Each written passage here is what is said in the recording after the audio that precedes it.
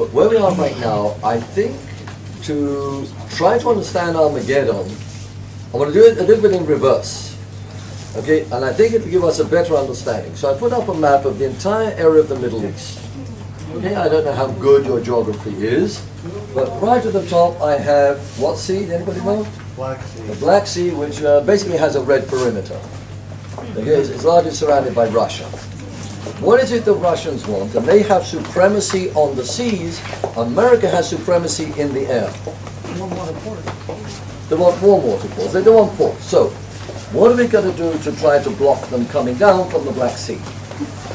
Okay, so we've got NATO bases all around Turkey. Okay, your importance and why you're dealing and talk about Turkey, this, that, and the other. Although you come a little bit here and there about the Armenian genocide and what have you, don't want to get too involved in it, because you've got NATO bases there. Okay, the North American Treaty Organization, North Atlantic Treaty Organization. But they want to come down to the waterway, the Bosphorus, the Sea of Marmara, the Dardanelles, to the Aegean. What do I find us outside Piraeus today? One of the major bases of the American Sixth Fleet. Again, it's the whole business is blockading the Russian movement. Over on the eastern Mediterranean, if Israel wasn't here, you probably would not have a Sixth Fleet, but 60 fleets in the Mediterranean. It's a problem district. Along comes Benjamin Disraeli, first Jewish Prime Minister of England, and says to Queen Victoria, look, we've got nothing in the Middle East. We should have something. Territorial-wise, we need to have something in our hand. And she said, such as what? He says, let's go with the French and build the Suez Canal. We'll invest. Yeah? And who's got the money? Go speak to your friends, the Rothschilds. Rothschilds cough up the money.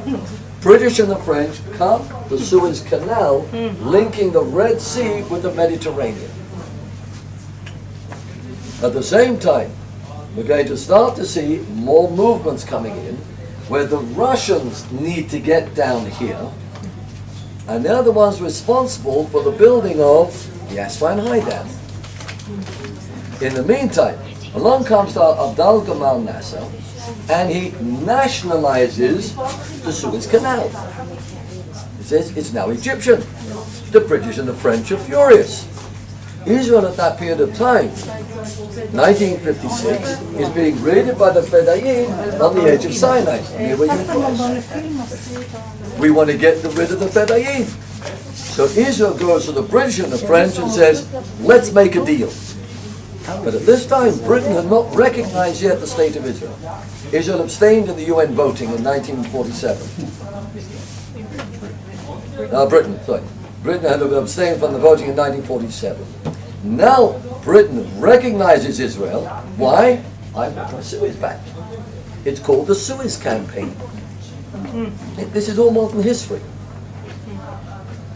General Allenby had seen the problem in 1917 with the British forces in the northern parts coming into Egypt, who had an aide that he absolutely hated. The man was a homosexual. He would sit in the corner writing poetry. He was an amateur archaeologist, but he had something going for him. He spoke Arabic. And he would translate for the British generals who were trying to push back the Turks. It's the break of the Turkish Empire, the Ottoman Empire.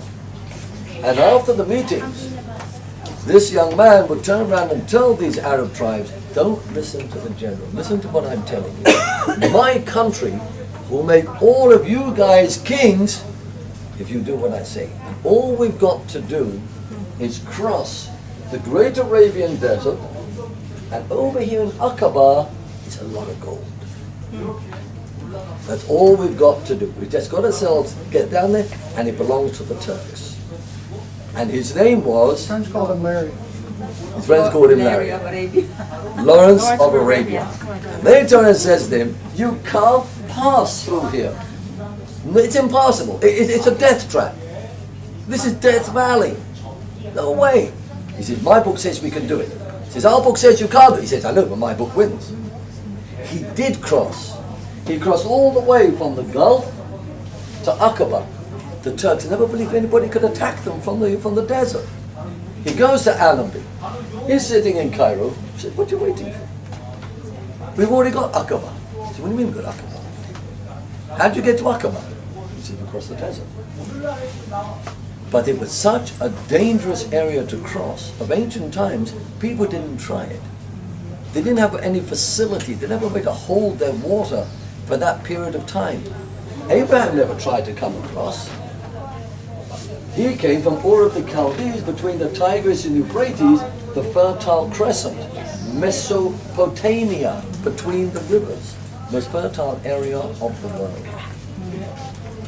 As for you of modern times, well, now you're down here, you've got a three-way peace agreement, Israel, Egypt, the United States. That's okay.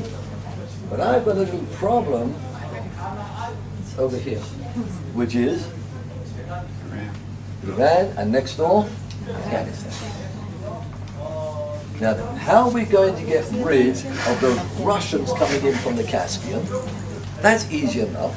Let's build a force, a local force, that will hold back those Russians, trained by the United States. And the head of the force is Osama bin Laden. Why can you not find him? Because you trained him. He knows how you think. What happens? He turns on you. Along comes a lot of pressure between Iran and Iraq. Okay? Politically, who do you back? Iraq. You give them weapons, you give them money, and what do? They turn on you again. Which is why we get the first Gulf War coming all the way around into the Persian Gulf, and all this belly dancing causes a naval blockade. I mean, this one was a military naval blockade. Again, the problem is going around, not through the middle. But Abraham had come up, he comes by way of Haran, he goes down into Egypt, so anybody in the west wanting to go east, anybody in the north to the south, south to the north, in a little bridge that links Europe, Asia, and Africa. We are going to see, as we travel around, a lot of places where there are arches. Hey, look around, there's all the depicting of arches. We've got an arch right here, and right in the middle, what's that stone called? Capstone. That's my keystone. Okay, I'm going to put a lot of dirt, going to fit my stones together, they're all wedges, and it's held together by what? By pressure. Okay, I don't need to put concrete in there, it's pressure. Who is holding all of this together? Who's the keystone? Whoever sits here, that is the keystone.